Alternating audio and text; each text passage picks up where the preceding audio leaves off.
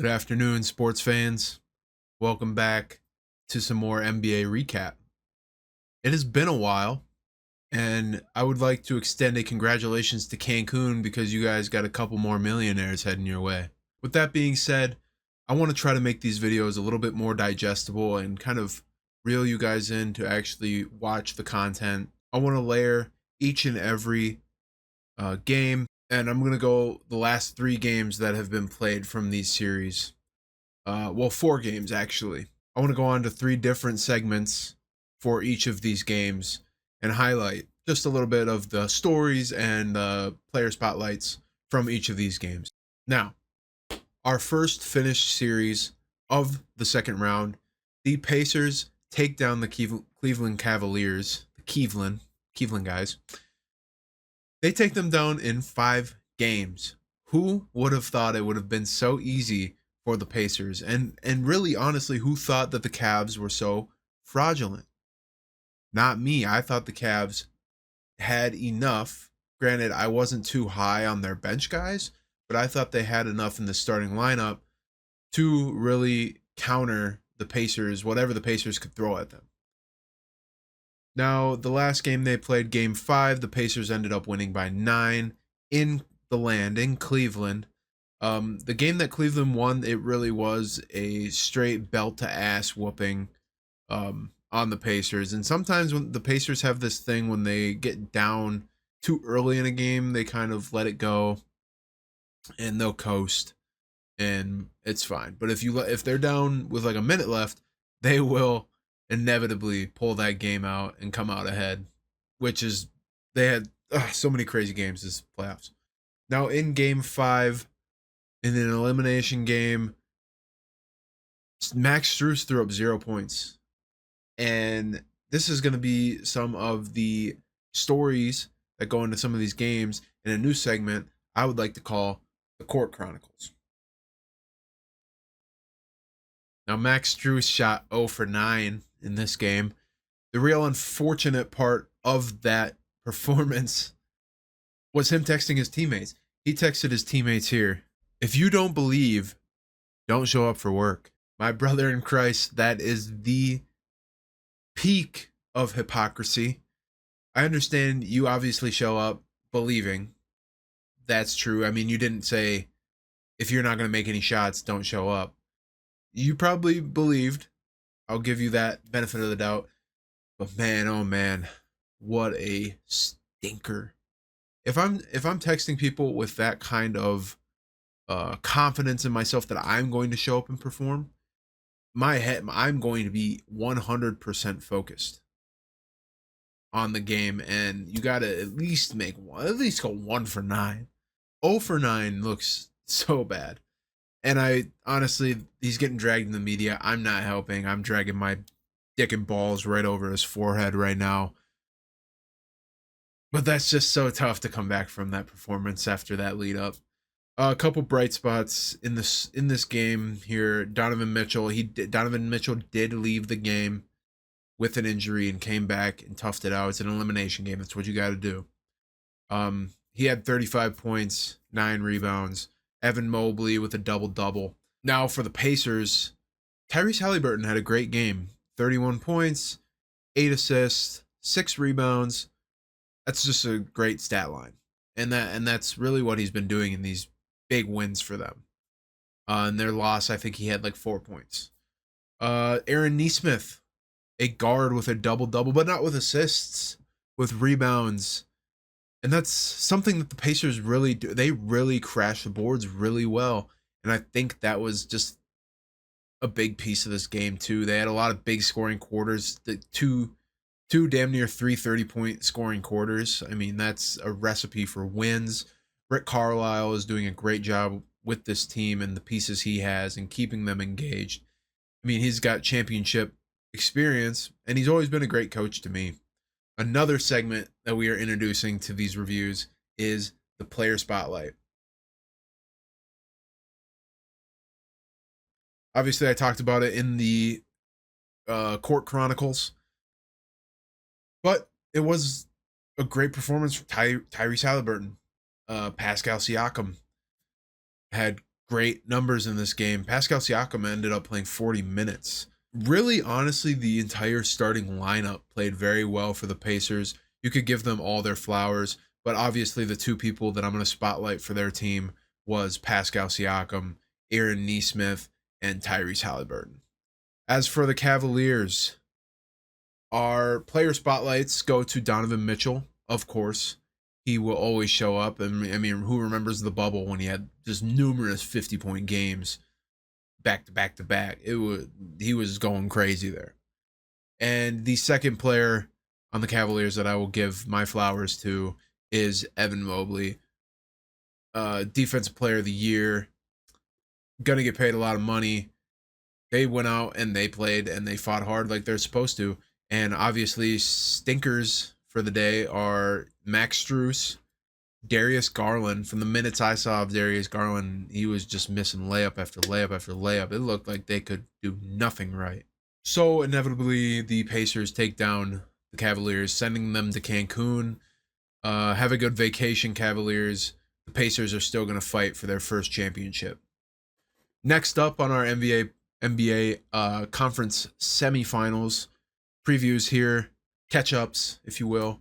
Game 5, Oklahoma City Thunder and the Denver Nuggets. This has been the best series, most competitive series in the second round. The Thunder win this game, 112-105. It started just about how every game in this series has started. The Thunder come out and they're just clearly the better team. And really, honestly, the wins that Denver has gotten has just been them performing down the stretch. I actually think there was one game where the Thunder held on and expanded on the lead that they have built every game. But the two losses have just been masterful fourth quarters by Denver and just slowly chipping away and outlasting the young Thunder non-experienced team. So, without further ado, let's get into the court chronicles here. So, one story I'd really like to highlight, unfortunately, he had a stinker in this game, comparative to his other games in this playoff so far. But Aaron Gordon, after all the things that he's been through over this past year, losing his brothers and taking in his nephews, which to me as a man, it's really respectable. And honestly, it's made me like him as a person and as a basketball player way more than I ever have as being a Timberwolves fan and our little rivalry that we have. He threw up just 13 points and 5 rebounds, 4 assists. I mean, that's okay numbers, but not for a guy at the caliber of Aaron Gordon. I believe that he is a consistent 20-point scorer. He can get 7 rebounds. His assists, that's a good amount of assists for him. It was actually 3 assists, not whatever I said. But still good numbers nonetheless. Another court chronicles here is Michael Porter Jr. I believe something is really wrong with his shoulder. Obviously, he's got the tape on it. It's not a secret that there was an injury with it, but I think it is bothering him way more than we thought. But this is encapsulating a bigger picture, and like the stories of the seasons for these guys. Michael Porter Jr., his entire career, he's been the NBA's biggest black hole. The ball stops with him. He pump fake, he'll shoot super contested shots. He can hit them. He's a very capable shooter under contests, but he just has stinkers sometimes, and I don't know if that's something that I'd be willing to pay for if I'm the Nuggets as soon as his contract's up. And another story for the year, Russell Westbrook, a redemption year, going against a lot of his former teams here. I mean, he's been passed around so much around the league. He's the little, not going to say slut of the league, but he's been around. 4 points this game, and it's really been an encapsulation of his season. I mean, he had stretches where him and Jokic were getting triple doubles together, and he looked like the MVP Russ. And then all of a sudden, he goes to missing every shot, and then he comes back, and then he's a 25-point scorer. It's really been the story of his career, aside from the couple of MVP caliber seasons he had in Oklahoma. But ever since he left Oklahoma, that's really been what his story has been.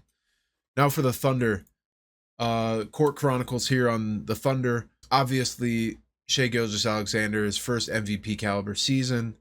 Well, second, but the first one he has a true argument for being MVP. They had a really well-rounded game as far as sharing the ball, which is something that this team, it's a reason why they won as many games as they did this season. They played, how many people is that? They played 10 guys. And that's another Court Chronicles. They're a very deep team. And this is something that's proving to be really important in the postseason, aside from top-heavy stars. It's really how deep can you go in the bench. We'll go into the player spotlight now. Brought to you by Dr. Pepper. Not really, but that'd be cool to say in the future. Obviously, we're going to go with our MVP caliber players. Shai Gilgeous-Alexander, Nikola Jokic, 2 spotlight players. I mean, they're basically going to be in the spotlight every game. Granted, the last 2 games, games 4 and 3, Jokic really put up stinkers. Obviously, he's got the same gravity on the basketball court as every other game. There's never going to be a game where anyone lets up on him. But he had 2 stinkers, and he bounced back today. Not today, but in Game 5, 44 points, 15 rebounds. I mean, clear and away the best player in this game. Another honorable mention, Jamal Murray, 28 points. You know, and that's what it's going to take for Denver is the other people stepping up. But I think, honestly, it's got to be deeper than that. Like, you need, like, Russ to score 12 points, at least. You need Aaron Gordon to get 20. You need Jamal Murray to get 30. You need Jokic to get 40. And that is their recipe for success, and they're all very capable of doing that. Now the Thunder, Shai Gilgeous-Alexander, 31 points, 6 rebounds, 7 assists, stuff in the stat sheet, doing it all. You got the 2 bigs, and granted, this game they let Jokic get 40, but the 2 bigs on the Thunder are very, very important for them to be successful here down the line. Yeah, so Oklahoma leads that series 3-2. As of today, May 15th, they play game 6 tonight. I'm hoping Denver can extend it. I'd rather, as a Timberwolves fan, see Denver instead of the Thunder. And we're going to try to speed this up here. The Knicks and Celtics, they just played game 5, but we didn't cover this yet. Game 4, the Knicks had another 20-point comeback, but unfortunately for the Celtics, a real wrench, and I'm going to make a video about this later, talking about the Celtics, but there's a lot of questions, and we're going right into the Court Chronicles here for this game. There's a lot of questions about what they're going to do in the offseason, right? Who were they going to get rid of? Who could they bring in? All of that kind of stuff. But now Jason Tatum goes down with a season-ending Achilles tear, which is always so tough to see. And I saw a stat that was like 71% of players come back from that, and 38 of that 71% only last 3 to 4 years. So we'll see how he bounces back from it. It's a very scary injury. He'd had surgery on it. It went good. He will be out all of next season, if I were to guess. And it's just real unfortunate for the Celtics and throws a wrench into their summer. So that's really honestly the story of the series now at this point. The Knicks were up 3-1. The Celtics won last night.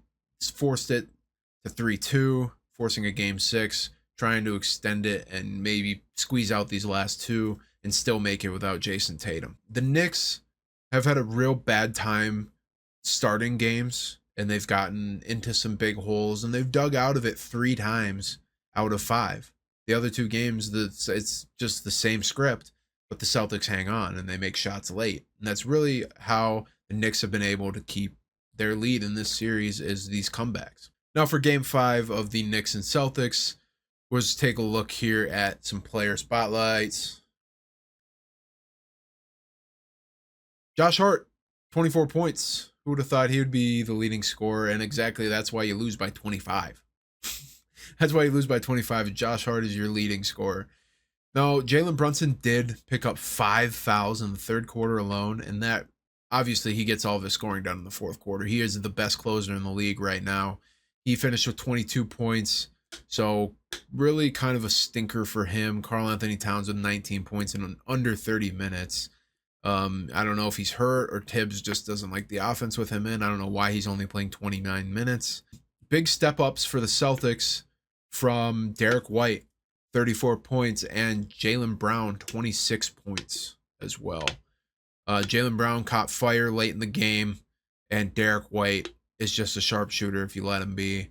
Now, there is a story to be had with Kristaps Porzingis, and I've seen it on Twitter, and maybe it's a joke, but they're talking about how he might have AIDS. Apparently, Joe Mazzulla came out after the game and said he literally just can't breathe. Like, he's having a lot of symptoms that are just very weird, and no one quite really knows what the illness is. So we're going to be keeping our eye on that going forward. And for our final game out of the 4 matchups as a catch-up, remember this is a little long video, but it's a catch-up, and this one is near and dear to me. This game was last night.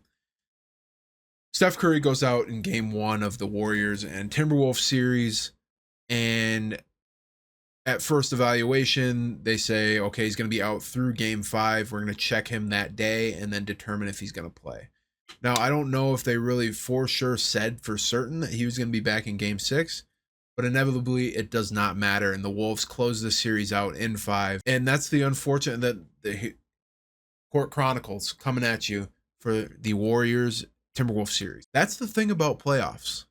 It's an unfortunate, a very, very unfortunate thing, and it's complained about every single year, but sometimes the star players get hurt. And if you're the team that you're playing against a team where their star player gets hurt, you got to take advantage of that. We don't want to waste your, we can't stop the series and go, wait, let's wait for him to get healthy, and then we'll come back and play. That's truly unfortunate. And there is a lot of fans saying that Anthony Edwards beat Curry. We can't say that. And I don't even want to say like, oh, we beat Draymond. You can say we beat Jimmy Butler, because every time Jimmy Butler came to Target Center, it was, he barely ever plays there, and you could tell it really bothered him just how much the city of Minneapolis absolutely hates Jimmy Butler. And that showed in the last game, and it showed in this game. Jimmy Butler finishes with 17 on this game. He shot 9 shots all of last game when he needs to be the guy to carry them over the top. That's why they got him. He was supposed to be Steph Curry's sidekick and take some of the load off of Steph. Doesn't happen when he's the main guy. So, that being said, we're going to take a look at some of the player spotlights from last night's 121-110 victory over the Warriors by the Minnesota Timberwolves here. We'll go to the losing side first, the player spotlights. Brandon Podziemski. Pods finally had a great game. 28 points, 6 rebounds, 4 assists. He was just hitting his shots, his open shots that he'd been missing. But honestly, he had 28 points this game, but he passed up a lot of stuff. You could just tell that he just didn't feel very comfortable or confident in his shot, and he would just let some stuff go. He still ended with 28. Great game by him, some tough finishes. Flowers to him. Another person who honestly, the Warriors, I feel like Steve Kerr wishes he treated him better, is Jonathan Kuminga. The cum bucket was the absolute best chance that the Warriors showed could beat the Timberwolves. Every time he wanted, he could get downhill, draw a foul, make a layup, get a poster, whatever he really actually wanted to do. So hats off to Jonathan Kuminga. Unfortunately, I think he's going to work with the Warriors for a sign and trade, but he really doesn't need to do that. He won't be a Warrior next year, and I'm excited to see where he ends up because he's got some really good potential. Now for the winning side, my flowers as a Timberwolves fan, and you would think I would go Anthony Edwards, who he didn't have the best game, but he was passing that thing. He almost had a triple-double. I'll give him flowers for that. But Julius Randle, now that we're talking about the end of the series, for the last 2 series, Julius Randle has captured the hearts of every Minnesota fan out there. I have friends that were talking so much shit on Julius Randle, and now it feels so amazing that they're like, wow, we were wrong. They flat out are saying that they were wrong, and it is one of the greatest feelings ever. So my game ball goes to Julius Randle for this one. Anthony Edwards, like I said before, almost had a triple-double, 22 points, 12 assists, 7 rebounds. And he was just doing a great job tonight making the right plays, which is something that made us lose in playoffs prior because he would get stuck in these doubles and not be patient with it and just throw turnovers. And he's figuring out these zone defenses, these filling the lanes, these blitzes, all of these things, all these different defenses that teams are throwing at him. He has figured it out, and he's been consistently making the right plays. Now he is a little bit sloppy with the ball at times. I don't know how many turnovers he had, but it was too many to count. I remember numerous times watching this game, there was a lot of turnovers. But obviously a near triple-double. Not many in the history of the Timberwolves playoff triple-doubles. Julius Randle has one. So when we get close, I have to give the flowers to that. Speaking of which, Mike Conley Jr. at 38 years old, 16 points, 8 assists, 6 rebounds. He was a stat sheet stuffer tonight. And that's where my flowers go to in this player spotlight. 2 teams go to Cancun. We got Denver and Thunder tonight, Knicks and Celtics tomorrow. We'll see where those series ends. I'll make a video as soon as those finish up, and I'll talk about their last games. Thanks again for watching the video, sticking through it this time. It really means a lot to me, and we will see you guys in the next one.